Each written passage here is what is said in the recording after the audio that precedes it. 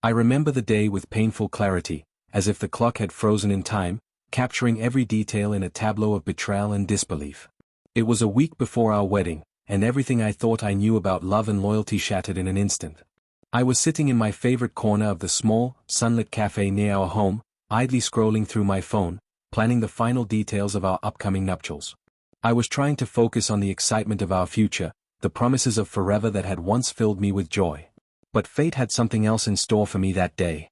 My fiancée, Eliza, had always been a beacon of warmth and care, a person whose smile could light up the darkest of rooms. 4 months, I had believed our love story to be unassailable, built on trust and shared dreams. Yet that morning, as I scrolled through a string of messages, an unexpected notification popped up on my screen. It was a message from an unknown number, or so I thought at first. The text preview was innocuous: "Thinking about our future already?" Curiosity got the better of me, and I tapped on the conversation thread, only to find that it was not from a stranger at all. It was from my own brother, Adam. At first, I assumed it was a light-hearted exchange about some harmless banter between siblings. After all, Adam and I had grown up together, sharing secrets, laughter, and the occasional misadventure. But as I scrolled further, my heart began to sink. There, amid a string of seemingly casual texts, were messages that revealed far more than friendly sibling banter. Eliza had been texting Adam, discussing plans and dreams that had a tone of intimacy and future family life, a future that I had assumed was meant to be ours. My mind spun as I absorbed the implications. The conversation was peppered with details of a life together, an envisioned family filled with children and shared responsibilities, dreams so vividly painted that it felt like I was peeking into a parallel universe where I wasn't part of the picture at all. The messages were laden with phrases like "our little ones," "creating a warm home," and even subtle jokes about finally leaving behind a life of solitude that were unmistakably not the language of a platonic sibling relationship. The texts were casual, yet every word stung like a shard of glass. I remember feeling as though I had been punched in the gut. Every emotion, from shock to disbelief, anger to sorrow, wove together into a tangled mass that left me speechless. I tried to rationalize, to find a sliver of explanation that might save me from this crushing reality. Had I misinterpreted a harmless joke? Was it possible that my mind was playing tricks on me in the midst of the wedding chaos? But the evidence was irrefutable. Each message painted a picture of intimacy and planning, shared in a tone that was at once familiar and alien.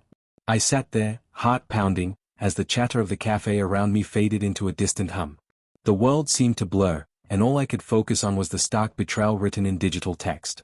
The irony was unbearable. Only a week before our wedding, a moment meant to symbolize union and hope, I was forced to confront a reality where the person I trusted most was entwined in a secret life with someone I had always believed was my closest kin. As the initial shock began to give way to a dawning sense of dread, I started retracing the steps of our relationship. I combed through my memories, searching for signs I might have missed. I remembered the early days when Eliza and I had been inseparable, sharing laughter over dinner dates, quiet moments during long walks in the park, and whispered promises in the dark of night. I recalled her kindness, her empathy, and the unwavering support she had shown during the most challenging moments of my life. How could all that have been a lie? How could the woman I loved, the woman who had promised to be my partner for life, have chosen a different path in secret? The complexity of the situation deepened as I recalled the close relationship I had with Adam. Growing up together, he had been my confidant, my partner in mischief, the person with whom I shared everything. Our bond was built on trust and shared experiences, a brotherhood that I thought was unbreakable. The thought that he could be part of this secret with Eliza, a secret that not only excluded me but actively undermined our relationship, was almost too much to bear. I closed my eyes, trying to summon the courage to confront the pain. The weight of betrayal pressed heavily on my chest, and for a long time, I felt paralyzed by the enormity of the moment. I considered confronting Adam immediately, demanding an explanation, but a part of me hesitated. There was a fear that such a confrontation would lead to a storm of accusations and confusion that might leave all of us irreparably broken. Instead, I decided to leave the cafe, my mind reeling with turmoil, and retreat to the solitude of my small apartment, a sanctuary that now felt more like a prison cell filled with memories of happier times. Once home, I locked the door behind me and sat at my desk, the messages still glaring on my screen. I felt compelled to preserve every digital piece of evidence, as if they were the remnants of a crime scene from which I might later piece together a coherent narrative. I printed out the texts, gathered screenshots, and documented the timestamps. Every detail mattered, every word was a shard of the puzzle that I now had to solve. My hands trembled as I read each message again, trying to understand the emotions that had driven Eliza to betray me in such a calculated, cold manner. In those quiet, agonizing hours, I began to write. I wrote about the years we had spent dreaming of our wedding day, the laughter shared with family and friends, and the countless plans we had made for our future. I wrote about the late-night phone calls, the gentle reassurances, and the hope that had once filled my heart. With every keystroke, I felt both a sense of catharsis and an overwhelming grief that was as raw as it was profound. It was as if I was exorcising a demon, one painful memory at a time, while simultaneously witnessing the collapse of everything I once believed in. But as the night deepened and the city outside fell into a hushed silence, a gnawing question began to surface. What had driven Eliza to do this? Was it a moment of weakness, a misguided attempt at seeking connection, or had there been a slow, insidious drift between us that I had completely missed? My mind raced back to the countless small disagreements, the occasional silences that had grown longer with each passing day, and the subtle ways in which her attention sometimes strayed. Had I been too blind to see the cracks in our foundation? Or was this simply an act of betrayal born from something I could never have foreseen? I remembered one particular evening from a few months earlier, a night when I had returned home late from work. The apartment was quiet, too quiet, and as I entered, I noticed a series of texts on Eliza's phone that I hadn't seen before. At the time, I dismissed them as work-related, trivial conversations that held no bearing on our personal lives. But now, in the cold light of this betrayal, I wondered if there was more to those messages than I had realized. They were filled with affectionate language and shared dreams that I had once believed were exclusive to our love story. It was as if a hidden chapter had been written behind my back, a chapter that I had no part in and yet was now inextricably tied to the life I had imagined with Eliza. In the days that followed that fateful discovery, I found myself caught in a relentless loop of introspection and despair. I oscillated between confronting my emotions head-on and numbing myself with distraction. Every time I closed my eyes, I saw Eliza's face, a face that had once filled me with hope and now haunted me with betrayal. I could still remember the way her eyes sparkled when she talked about our future, the gentle warmth in her voice as she recounted stories of the life we would build together. Now, those memories felt like distant echoes of a lie. I began to question everything, my judgment, my self-worth, and the authenticity of my emotions. How could I have been so utterly deceived? The realization was as cruel as it was simple. Sometimes, the person you trust the most is capable of the deepest betrayal. I wrestled with the notion that love, as I had known it, might have been nothing more than an illusion, a delicate mirage that evaporated when confronted with the harsh reality of human frailty. In my solitude, I reached out to my closest friend, Marcus, hoping for a sympathetic ear. Marcus had been there through every major upheaval in my life, a steadfast presence whose calm demeanor and unfiltered honesty had always guided me through dark times. Over a late-night phone call, his voice was gentle yet laced with concern as he asked me to recount the events. I found myself narrating the discovery in painful detail, the moment I saw the messages, the mounting shock, the unbearable loneliness that followed. "Listen," Marcus said, his tone measured and compassionate, "sometimes, the truth cuts deeper than we can imagine. But you need to understand that whatever is happening right now, you deserve the truth and clarity. I know it hurts, but don't let this define your worth. You are more than the betrayal you've suffered." His words, though intended to comfort me, only amplified the sense of isolation that had taken root in my heart. They were reminders that the world still held goodness, yet the void left by the shattered trust was too vast to fill with simple reassurances. As the days crept by, I avoided any confrontation, choosing instead to observe, to gather my thoughts like pieces of broken glass in hopes of eventually forming a coherent picture of what had transpired. I monitored Eliza's behavior with a mix of suspicion and despair. Every laugh, every shared glance with Adam, every casual mention of the future now carried a weight of unspoken meaning. I began to feel like an outsider in a life that had once been so intimately intertwined with mine, a spectator to the slow disintegration of what I believed was a shared dream. I recall one particular afternoon when I returned home unexpectedly early from a meeting. The house was bathed in the soft glow of the setting sun, and I found Adam in the living room, sitting on the couch with a cup of tea. His eyes met mine, and for a brief moment, I saw a flash of recognition, as if he knew that I was on the cusp of asking questions I wasn't yet ready to voice. He offered a weak smile that did little to mask the tension in the room. The silence between us was thick and charged with unsaid words. Without thinking, I asked, "Adam, is there something you need to tell me?" The question hung in the air, heavy with implications.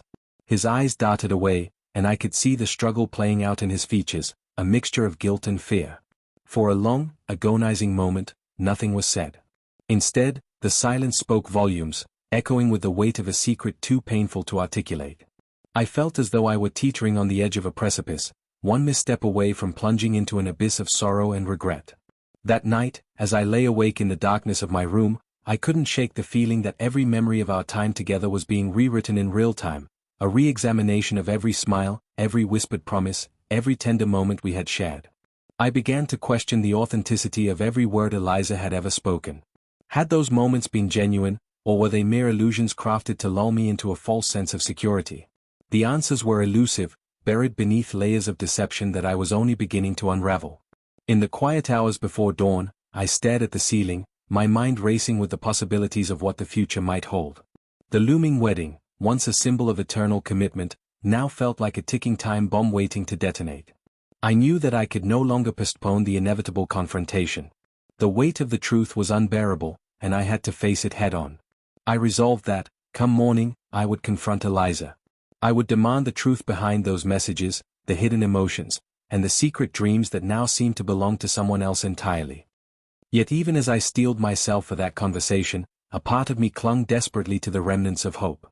Perhaps there was a misunderstanding, a miscommunication that could be mended with time and honest dialogue. I considered the possibility that Eliza's words, though deeply hurtful, might have been twisted by context, a moment of weakness or an error in judgment that could be explained away. I clung to that hope as a lifeline, even as the evidence of betrayal loomed large in every thought. With the first light of dawn creeping through my window, I prepared myself for the day ahead.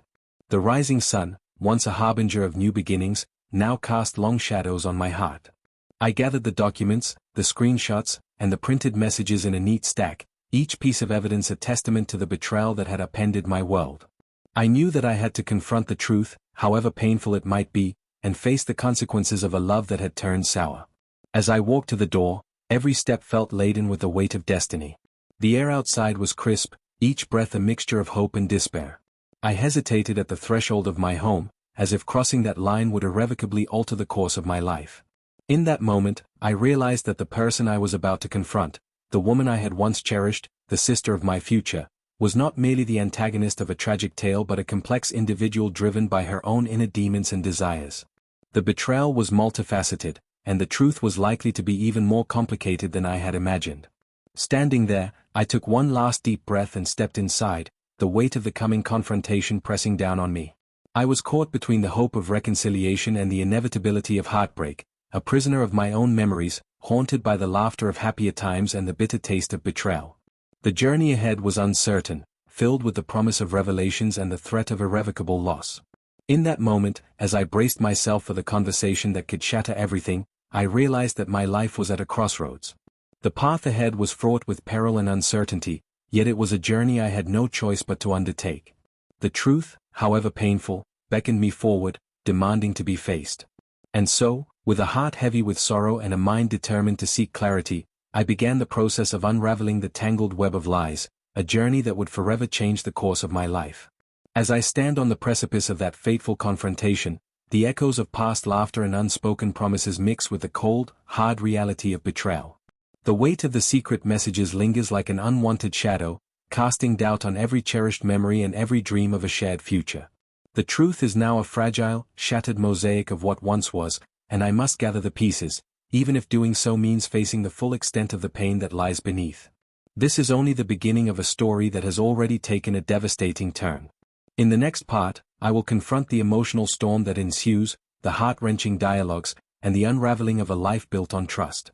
The journey towards understanding and perhaps forgiveness is just beginning, even as every step further down this path threatens to break me completely. I can only wonder what revelations lie ahead, as I prepare myself for the confrontation that will define the rest of my life.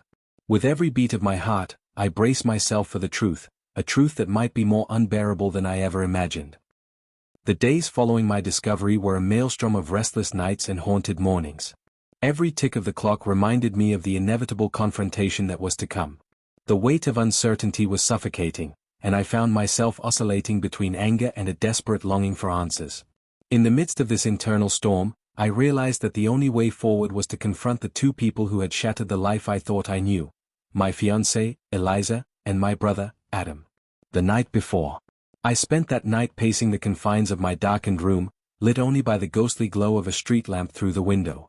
My mind replayed every moment, every text message like a broken record looping over and over. I kept asking myself, how could they have allowed it to go so far without me noticing?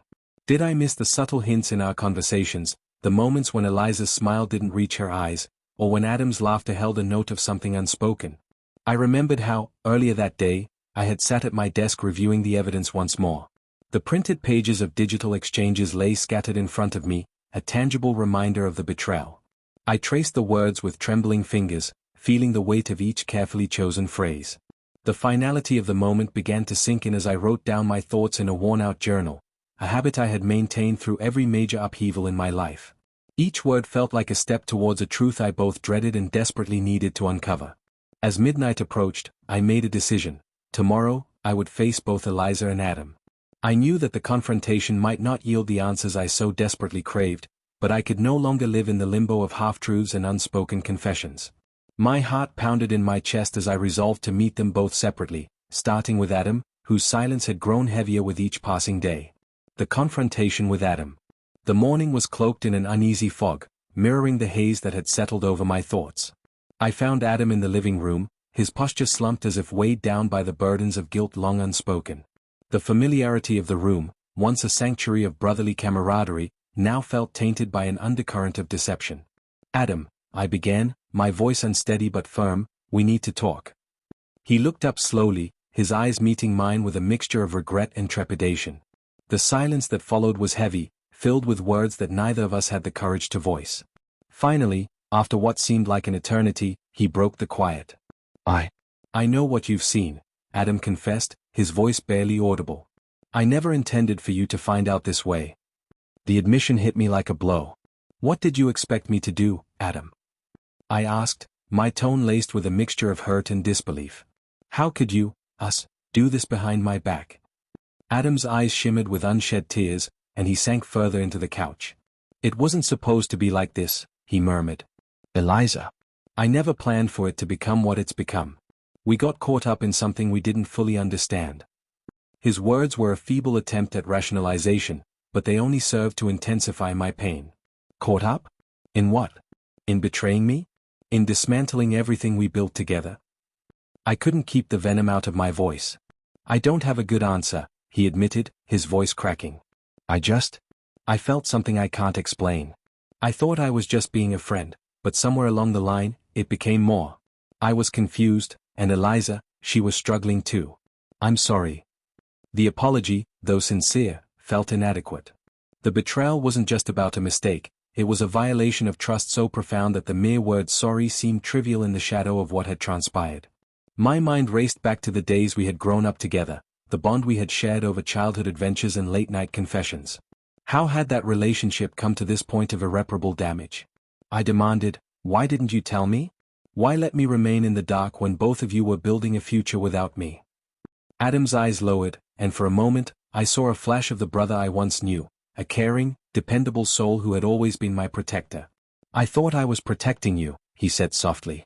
I was scared of what the truth might do. I didn't know how to tell you without destroying everything. That admission, of protecting me by withholding the truth, was a knife twisting deeper into my chest. The notion that someone I had trusted so implicitly would assume that my heart was too fragile to handle the truth felt both patronizing and cruel. By protecting me, you destroyed the very trust that binds us as family, I spat, feeling tears of anger welling up. There, in that stark moment of confrontation, the room transformed from a familiar haven into a battleground of shattered ideals and raw emotions. Adam's silence was deafening, his remorse evident in the crumbling lines of his face. He tried to reach out, to bridge the gap between us, but I recoiled from the gesture. The unspoken words, the half-truths, and the deception had left a chasm that seemed impossible to bridge. The confrontation with Eliza. After my conversation with Adam, a cold resolve set in. The next step was to confront Eliza, whose gentle facade had masked a heart capable of profound betrayal. I waited until the late afternoon, when the golden hues of the setting sun cast long shadows across our shared home, a stark contrast to the brightness of the life I thought we had built together. I found her in the garden, sitting quietly by a blooming rose bush. The beauty of the flowers was a cruel reminder of the promises she had once made, a promise of a future together filled with growth and warmth. As I approached, she looked up, her eyes betraying a mix of guilt and sorrow that I had never seen before. "Eliza, we need to talk," I said, my voice steady despite the turmoil inside. She rose slowly, the graceful movement a stark contrast to the chaos that now defined our lives. "I know," she replied softly. Her eyes avoided mine for a moment, as if the weight of our impending conversation was too much to bear. We walked slowly along the garden path, the silence between us punctuated only by the rustling of leaves in the gentle breeze. I struggled to find the words, but the truth demanded to be spoken. "How could you, Eliza? How could you plan a future with Adam when our future was supposed to be our own?" The question was loaded with betrayal, hurt, and a confusion that cut through the pretense of normalcy. Her face crumpled, and for a moment, I saw the woman I had loved, vulnerable, conflicted, and evidently tormented by her own choices. "I didn't mean to hurt you," she whispered, her voice trembling with an emotion I couldn't quite place. "It started as a harmless connection, something that I thought was only temporary. I never intended for it to become this, tangled." "Tangled?" I echoed bitterly. "It's not tangled, Eliza, it's a web of lies that you wove around us. I trusted you with my heart, and you chose to entangle it with deceit."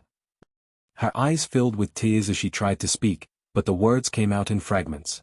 "I was lonely," she finally admitted, her voice barely audible. "I felt trapped in a relationship that was supposed to be perfect, and I made a mistake. I made a terrible mistake. But I never stopped loving you." The contradiction was excruciating. How could she claim to love me while her actions dismantled the very foundation of our future? "Loving someone doesn't mean betraying them," I replied, each word heavy with the bitterness of my shattered trust. "If you loved me, you wouldn't have built secret dreams with someone else, especially not my own brother." The hurt in her eyes was undeniable, yet it only deepened the chasm between us. I could see that she was fighting an internal battle, torn between her affection for me and an inexplicable pull towards something, or someone, that I could neither understand nor forgive. "I wish you'd told me, Eliza," I said, my voice softening ever so slightly. "We could have faced our issues together. Instead, you chose to hide behind lies." The intensity of her gaze was overwhelming, a silent plea for forgiveness, a desperate attempt to reach out through the vast darkness that had settled between us. But forgiveness, I realized, was not something that could be given lightly. It required a truth so profound, a repentance so sincere, that it could mend even the deepest wounds. "I want to believe you," I confessed, "but I need to know why. Why did you do this? Was there a part of our relationship that you never truly felt, or were you simply drawn to something forbidden?" For a long moment, she said nothing, her eyes searching mine as if looking for a sliver of understanding that could justify her actions.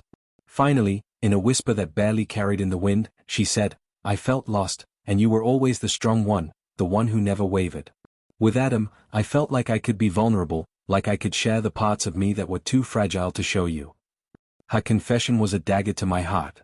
The idea that I had been so consumed with the perfection of our future that I overlooked the quiet, unspoken needs of the person I claimed to love was a bitter pill to swallow. "You should have come to me," I said, the pain evident in my voice. "We could have worked on this together. Instead, you chose a path that left me in the dark."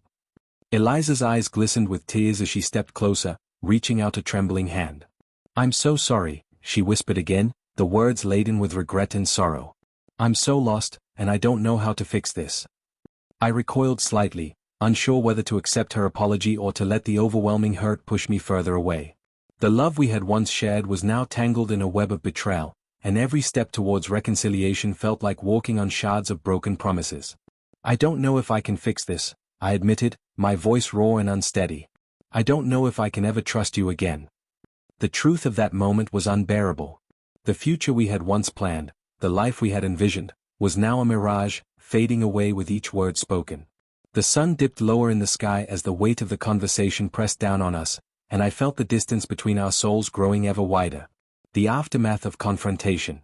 In the days that followed, the house became a battleground of emotions. Every room, every quiet corner, held echoes of our confrontations. I moved through the days in a haze of confusion and grief, my thoughts a constant tug-of-war between memories of happier times and the stark reality of betrayal. I tried to focus on mundane tasks, organizing, cleaning, even trying to prepare for the wedding, but nothing could drown out the relentless echo of those heart-wrenching conversations. Each morning, I would wake with a lingering sense of dread, the promises of the night before dissolving into the harsh light of day. I found solace only in the solitude of my study, where I began to write again. This time, however, my writing was a desperate attempt to make sense of the chaos that had invaded my life. I scribbled down every detail, every emotion, in the hope that by confronting my pain on paper, I might begin to understand the forces that had conspired to tear apart everything I held dear. I reached out to a few close friends, seeking their counsel and their silent understanding. Their voices, though filled with sympathy and concern, could not mend the gaping wound that had been inflicted upon my soul. They advised me to take time, to seek professional guidance, to find a path forward. But in that moment, every piece of advice felt like a reminder of the life I had lost, a life that was slowly being erased by the relentless tide of betrayal. Evenings became the hardest time of day. The quiet of the night, once a comfort, now amplified my inner turmoil. I'd sit by the window, watching the city lights flicker in the distance, wondering if somewhere out there, Eliza was feeling the same agony, the same crushing weight of regret. The thought that she might be just as lost as I was both tormented and intrigued me. In a twisted way, I wanted to understand her perspective, to see the world through her eyes, even if it meant facing more painful truths. My conversations with Adam also took on a different tone as the days passed. There were moments when we would talk quietly in the living room, the conversation punctuated by long silences and the occasional sniffle. He tried to explain himself, to offer what little solace he could muster, but every word from him was a reminder of the trust that had been shattered. "I never wanted to hurt you," he would say, as if that simple phrase could erase the damage done. And yet, the truth was that our relationship had been irrevocably altered. The shared laughter of our childhood was now replaced with an oppressive silence, a silence that screamed of secrets and unspoken regrets. One particularly bitter evening, I found myself revisiting the places we had once cherished together, the park where we had walked hand in hand, the cafe where we had planned our future, the quiet street where our dreams had once been born. Everywhere I looked, I was confronted with memories that now felt like elaborate illusions. The vibrant colors of those moments had faded, replaced by a monochrome palette of pain and uncertainty. During one of these solitary walks, I stopped by a small bridge overlooking a gently flowing river. I sat on the cold metal railing, letting the cool air wash over me as I contemplated the road ahead. The water below mirrored my thoughts, ever-changing, sometimes turbulent, and always moving forward, regardless of the obstacles in its path. I knew that, like the river, I too had to find a way to move on, even if the current of my emotions threatened to pull me under. In the midst of this internal conflict, I began to wonder if there was any possibility of reconciliation. Could the threads of our once beautiful tapestry be rewoven, or were they too irreparably frayed by the forces of betrayal? I questioned whether love, in all its complexity, could ever overcome such profound deception. Part of me clung to the hope that time might heal the wounds, that perhaps Eliza's remorse was genuine and that our future could somehow be salvaged. Yet another part of me recoiled at the thought of ever forgiving such a betrayal, of allowing myself to be vulnerable again when the scars were still so raw. I sought refuge in the only outlet that had always brought me clarity, my writing. I poured my heart into pages upon pages of raw, unfiltered emotion. Every sentence was a catharsis, a small step towards understanding the chaos that had engulfed my life. I wrote about the betrayal, the love that once felt unbreakable, and the painful realization that even the most cherished bonds could be shattered in an instant. In those moments, my journal became both a confessional and a sanctuary, a place where I could confront my inner demons and slowly begin to reclaim the pieces of myself that had been lost.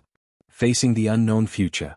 The wedding, once the epitome of our shared dreams, loomed in the distance like a cruel reminder of a future that was no longer mine. Every preparatory detail, the invitations, the floral arrangements, the meticulous plans for a celebration of love, became an agonizing symbol of what I was losing. The life I had envisioned was now a phantom, slipping further away with every tick of the clock. In the midst of the emotional chaos, I found myself standing at a crossroads. On one path lay the possibility of salvaging what remained of our relationship, a slow and painful journey towards understanding and perhaps forgiveness.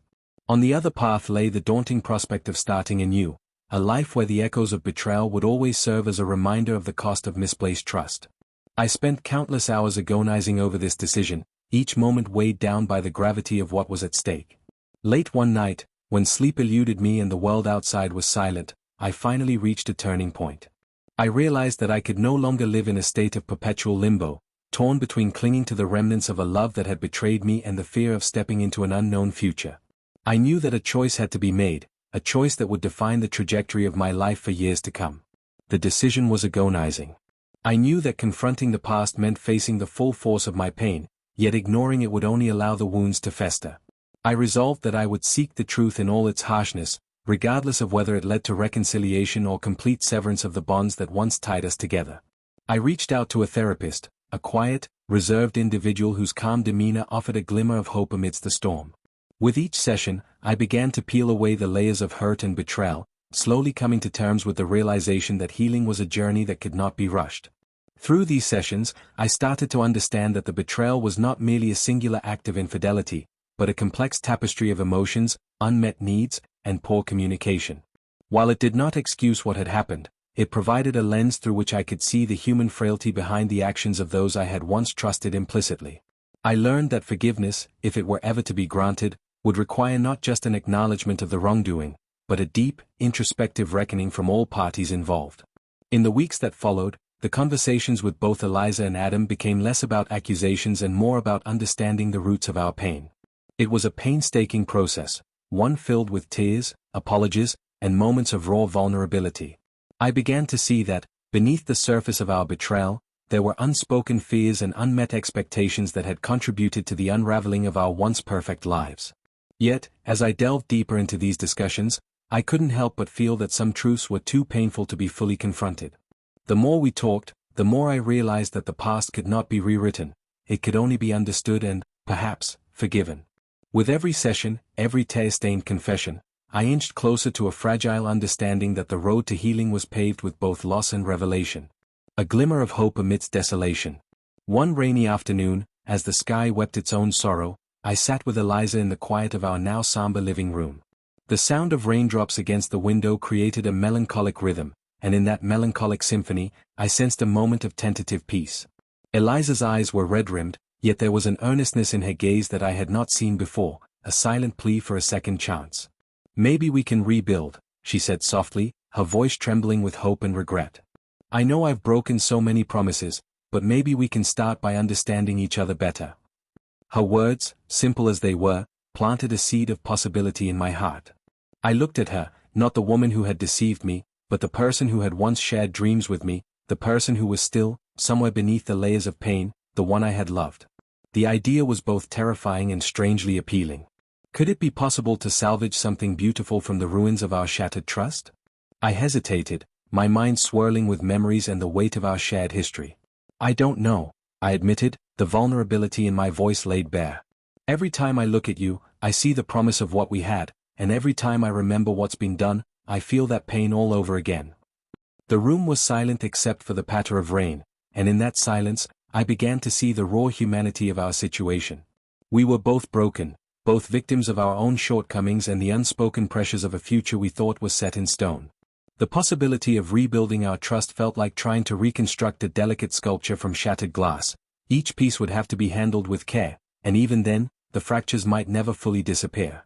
In that moment, I realized that the journey ahead was not just about salvaging a relationship, but about rediscovering myself. I had to reconcile the man I once was, the one who believed in endless promises, with the man I had become after witnessing betrayal and heartbreak. It was a process that would require immense courage, introspection, and, above all, forgiveness, not just of Eliza and Adam, but of myself for the illusions I had once clung to so desperately. As the rain subsided and the sky began to clear, I felt a cautious sense of resolve. The path ahead was uncertain, fraught with emotional pitfalls and the lingering echoes of betrayal. Yet, in that moment, I vowed to seek the truth, no matter how painful, and to embrace the process of healing, even if it meant confronting the darkest parts of my soul. Embracing the pain, searching for redemption. In the days that followed, I began to chart a new course for myself. I returned to the simple act of writing, not as a confession of my grief, but as a chronicle of my journey towards redemption. Every line I penned was an attempt to capture the complexity of the human heart, the interplay of love and betrayal, hope and despair, loss and the possibility of renewal. I wrote about the raw emotions that surged within me during the confrontations, the bittersweet moments of vulnerability that had punctuated our discussions, and the slow, painful progress towards understanding. There were nights when I would sit by the window, the moon casting a silvery glow over the remnants of what used to be my sanctuary, and I would allow myself to feel the full spectrum of my emotions, anger, sadness, regret, and even a glimmer of hope. I came to understand that the healing process was not linear, but a labyrinthine journey through which I would encounter both setbacks and breakthroughs. The betrayal, as devastating as it was, had also forced me to confront the aspects of my life that I had long ignored: the need for self-reflection, the importance of clear communication, and the reality that love, in all its beauty and cruelty, was never as simple as it appeared. I began to attend therapy sessions with renewed determination. Each conversation with my therapist peeled back another layer of my emotional armor, revealing wounds that had long been buried beneath the surface. I learned to accept that pain was not something to be shunned, but an integral part of the human experience, an experience that, if embraced fully, could eventually lead to growth and self-awareness. In parallel, I observed Eliza and Adam from a distance, watching as they struggled with their own demons. There were moments when it seemed that the two of them might find solace in each other, a dangerous dance of intimacy and regret that neither of us could fully control.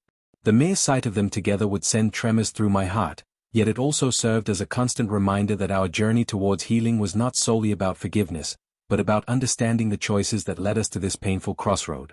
As the weeks turned into months, the intensity of my emotions began to subside, replaced by a sober determination to forge a new path. I started to see that the betrayal, as devastating as it was, did not define me. It was merely a chapter, a dark, tumultuous chapter, in a story that still held the potential for redemption and growth. My writing became a lifeline, a way to process the pain and to document the slow emergence of a new self, one who was wiser, more resilient, and perhaps, in time, capable of loving again without the fear of betrayal. The quiet aftermath. Now, as I reflect on those turbulent days, I realize that the confrontation was not just an end, but a beginning, a painful yet necessary turning point in my life. The raw honesty of those conversations forced me to confront my own vulnerabilities and to acknowledge that trust, once broken, could be rebuilt, albeit in a form that was forever altered. The journey of healing was just beginning, and while the scars of betrayal would always remain, they would serve as reminders of the strength it takes to survive even the most devastating of heartbreaks. I do not claim that everything has been resolved. The echoes of betrayal still reverberate through my thoughts on quiet nights, and the future remains an unwritten page, filled with both the promise of renewal and the lingering shadows of what once was. Yet, in the midst of the desolation, there is now a glimmer of hope. I have learned that forgiveness is not an act of forgetting, but a commitment to embrace the truth of our imperfections and to move forward with a heart that has been both wounded and, ultimately, resilient. As I close this chapter of my narrative, I acknowledge that the path ahead will be fraught with challenges. The process of rebuilding trust, whether in a relationship or within oneself, is a journey that demands both patience and unwavering determination. But I am ready to take those steps, to continue exploring the depths of my own emotions, and to emerge from this crucible as a stronger, more authentic version of myself. In the coming part, I will delve further into the aftermath of these confrontations, the moments of introspection, the decisions that redefine my future, and the continuing struggle between the desire for reconciliation and the need to reclaim my own identity. The journey is far from over, and every step I take is a testament to the enduring power of the human spirit, even in the face of the deepest betrayal. Standing here now, on the cusp of a new beginning, I find that the pain of yesterday is slowly giving way to the promise of tomorrow. Though the betrayal has forever altered the landscape of my heart, I have come to understand that the journey towards healing is a mosaic of shattered fragments and hopeful glimmers of light. The conversations, the tears, and the moments of raw vulnerability have not only exposed the fractures in our relationships but have also revealed the resilience that lies within each of us. With each passing day, I strive to piece together the remnants of my once whole self, determined to find meaning in the chaos and to build a future that honors both the love I once knew and the lessons I have painfully learned. The road ahead may be uncertain, and the shadows of the past may continue to linger, but I now carry with me the strength to face whatever comes next, a strength forged in the crucible of betrayal, tempered by the fires of introspection, and illuminated by the unwavering hope that even the deepest wounds can eventually give rise to new beginnings. I woke up to a morning that felt both foreign and achingly familiar, a day when the darkness of betrayal was slowly giving way to a tentative light of understanding. In the weeks following those fateful confrontations, I had been wandering through a labyrinth of emotions, each day a battle between the urge to wallow in despair and the need to embrace the possibility of renewal. I felt as though I was standing on the edge of an abyss, with the past echoing in every footstep and the future an uncertain promise waiting to be unraveled. I spent countless hours alone in my room, revisiting memories and questioning every nuance of my past with Eliza and Adam. At times, the recollections were unbearably painful, a montage of whispered secrets, shared laughter, and promises that now seemed hollow in the face of treachery. Other moments were filled with a quiet melancholy, as if I were slowly piecing together a mosaic from the shards of a broken life. I began to see that the betrayal had not only exposed the flaws in our relationships, but it had also laid bare the intricacies of my own heart.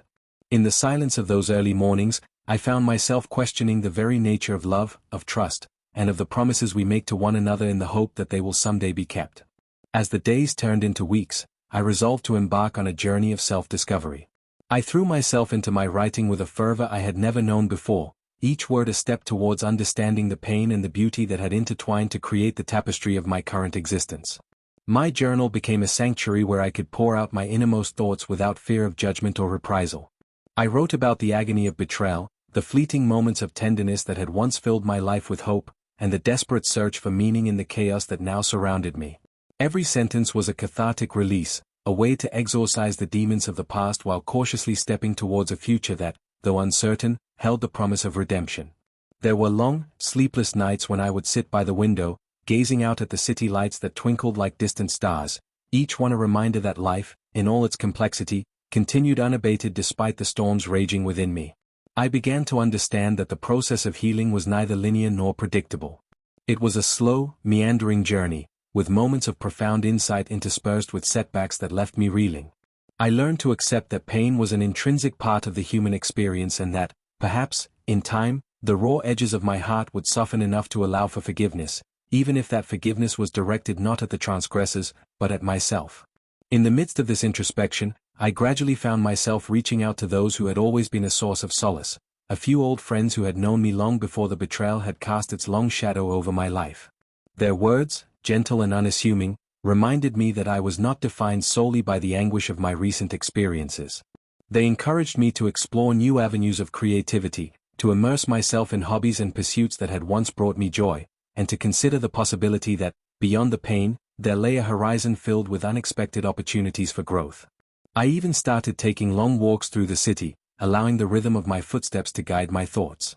In the bustling streets and quiet parks, I rediscovered a sense of wonder, a reminder that the world was vast and that there was still beauty to be found, even in the aftermath of heartbreak. With each step, I slowly began to reclaim a part of myself that had been buried beneath layers of sorrow and regret. I learned to listen to the whispers of my soul, to recognize that the scars I carried were not marks of weakness but badges of resilience, proof that I had survived the unthinkable. Yet, amid this burgeoning sense of self-awareness, the ghosts of my past continued to haunt me. There were days when the sight of Eliza's familiar smile or the sound of Adam's voice would send a jolt of anguish through me, a visceral reminder of the betrayal that had forever altered the course of my life. I often found myself caught in a maelstrom of conflicting emotions, anger, sadness, and a lingering sense of nostalgia for the days when trust had seemed unbreakable. It was during these moments that I would return to my journal, pouring out the torrent of feelings that threatened to overwhelm me. The act of writing became not only a means of self-expression but also a form of solace, a way to externalize the inner chaos and, in doing so, begin to understand it. One particularly overcast afternoon, I found myself revisiting the familiar grounds of our old haunts, the park where Eliza and I had once strolled hand in hand, the quiet corner cafe that had borne witness to our dreams of a shared future, and the small bridge overlooking the river that had silently carried our secrets downstream. The memories were bittersweet, each scene was imbued with the echoes of laughter and whispered promises, yet now they carried an undercurrent of loss that made every step a reminder of what had been shattered. I sat on that cold, metal railing for what felt like an eternity, watching as the river flowed relentlessly by, its waters carrying away the remnants of a past that I could neither fully grasp nor completely let go. During those solitary moments, I began to question whether the path to healing lay in reconciling with the past or in forging a completely new identity for myself. I contemplated the possibility that perhaps the betrayal, as devastating as it was, had served a purpose, a brutal but necessary awakening that forced me to confront the illusions I had clung to for so long. I realized that in the wake of such profound loss, there was a rare opportunity to rebuild, not by forgetting the pain, but by integrating it into a larger narrative of growth and self-discovery. I started to see that every heartbreak, every bitter tear shed in the quiet of the night, was a stepping stone towards a more authentic version of myself, a person who had learned to embrace vulnerability, to accept imperfection, and to move forward with a heart that was both scarred and strong. Slowly, I began to redefine my relationship with both Eliza and Adam.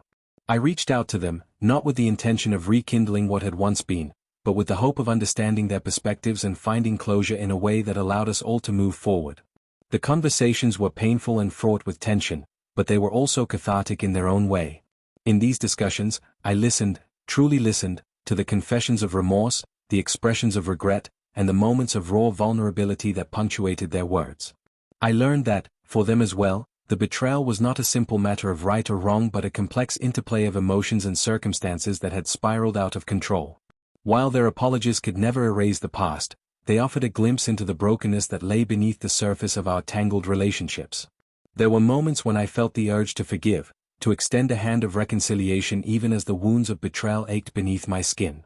Yet, I also understood that forgiveness was not a panacea, it was not a magic spell that could erase the past with a mere utterance of absolution.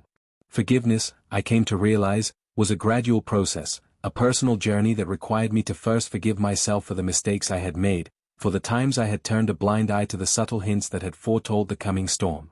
It was in the quiet moments of introspection, in the gentle murmur of my own thoughts, that I began to let go of the bitterness that had clung so tenaciously to my heart.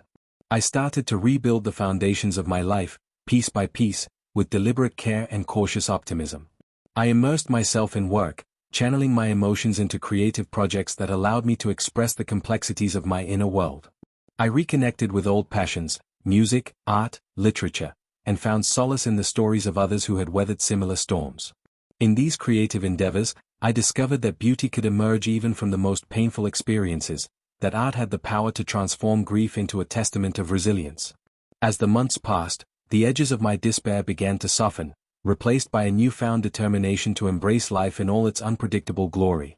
I learned to celebrate the small victories, a smile shared with a stranger, a moment of unexpected laughter, the gentle warmth of the sun on my face, as if each was a sign that the darkness was gradually yielding to the light. I became more attuned to the present, recognizing that while the past was an indelible part of who I was, it did not have to dictate the contours of my future. I began to imagine a life where the scars of betrayal served as reminders of the strength I had cultivated, rather than as weights that held me back from experiencing joy. There were still moments of sorrow, times when the pain would surge forth like a tidal wave, threatening to pull me under. On such days, I would retreat to the solitude of my favorite park, the same park that had once borne witness to the promise of a future that was never meant to be. I would sit under the shade of an old oak tree, its gnarled branches a testament to the passage of time, and allow myself to grieve, to feel the full spectrum of my emotions without judgment. In those moments of raw vulnerability, I found that the act of letting go was not about forgetting, but about accepting that life was a series of ebbs and flows, each wave carrying with it both the pain of what was lost and the promise of what could be. Gradually, I began to see the world with new eyes. The betrayal, as bitter as it had been, had taught me invaluable lessons about the nature of trust, the fragility of human relationships, and the importance of honest communication. I came to understand that even in the midst of heartbreak, there was room for growth, a space where pain could be transformed into wisdom, where the deepest wounds could eventually heal into scars that reminded me of my capacity for survival.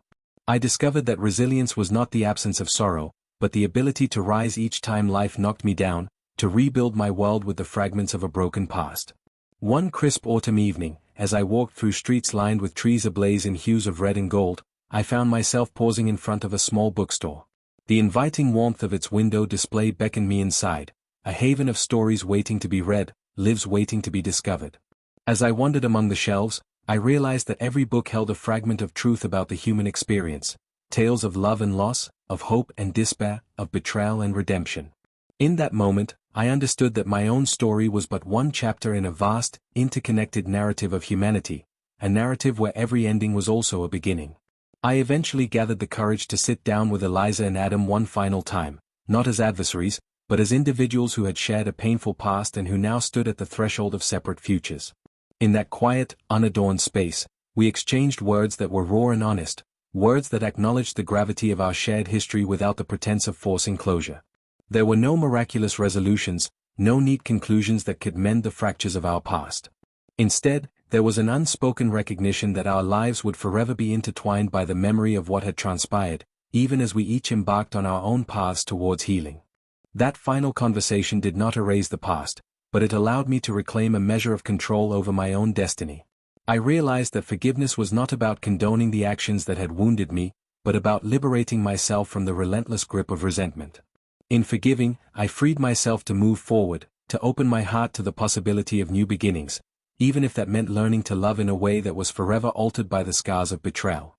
As I stand now, on the other side of that tumultuous chapter, I see a horizon that is both uncertain and filled with potential. The pain of betrayal still lingers, a quiet echo in the recesses of my mind, but it no longer defines me. I have learned to embrace the contradictions of my own heart, the capacity to feel profound sorrow alongside the willingness to hope for a better tomorrow. In the tapestry of my life, every thread, whether dark or light, contributes to the unique pattern that is my story. I continue to write, not just as a means of processing the past, but as a celebration of the resilience that has carried me through. My words have become a testament to the strength that emerges when one dares to face the deepest wounds and transform them into a beacon of hope. Each day, I strive to honor the lessons of my journey, that love, in all its forms, is both fragile and enduring, that trust, once broken, can be rebuilt only if one is willing to accept the imperfections inherent in the human spirit, and that the path to healing is paved with both tears and triumphs. Now, as I reflect on all that has transpired, I am filled with a quiet resolve. I know that the journey ahead will not be free of obstacles, that there will be moments when the old pain resurfaces and threatens to overwhelm me. But I also know that I have emerged from the crucible of betrayal stronger, wiser, and more attuned to the complexities of my own heart. I am no longer the person who clung to illusions of perfection. I have become someone who embraces life in all its messy, unpredictable beauty. In the end, the story of betrayal and heartbreak is not one of irrevocable loss, but of transformation, a narrative that speaks to the resilience of the human spirit and the endless capacity for renewal. I have come to understand that even when the foundations of trust are shattered, it is possible to rebuild a life that is richer, more nuanced, and ultimately more authentic. The pain I once felt has become a part of me, a reminder of the vulnerability that lies at the core of our existence, and the strength that is born from facing our deepest fears. I move forward with a cautious optimism, aware that every day is a gift, every moment an opportunity to forge new connections and to learn from the past without being defined by it. The echoes of betrayal still whisper in the corners of my mind, but they no longer hold dominion over my heart. I have learned to listen to those whispers, to understand their origins, and to let them fade into the background as I embrace the promise of a future that is entirely my own. And so, with each step I take, I honor the journey that has brought me here, a journey marked by heartache, introspection, and ultimately, the quiet triumph of finding oneself in the aftermath of chaos. In the tapestry of my life, the darkest threads have given way to a pattern of resilience, hope, and the unwavering belief that even the most profound betrayal can lead to a rebirth of the spirit.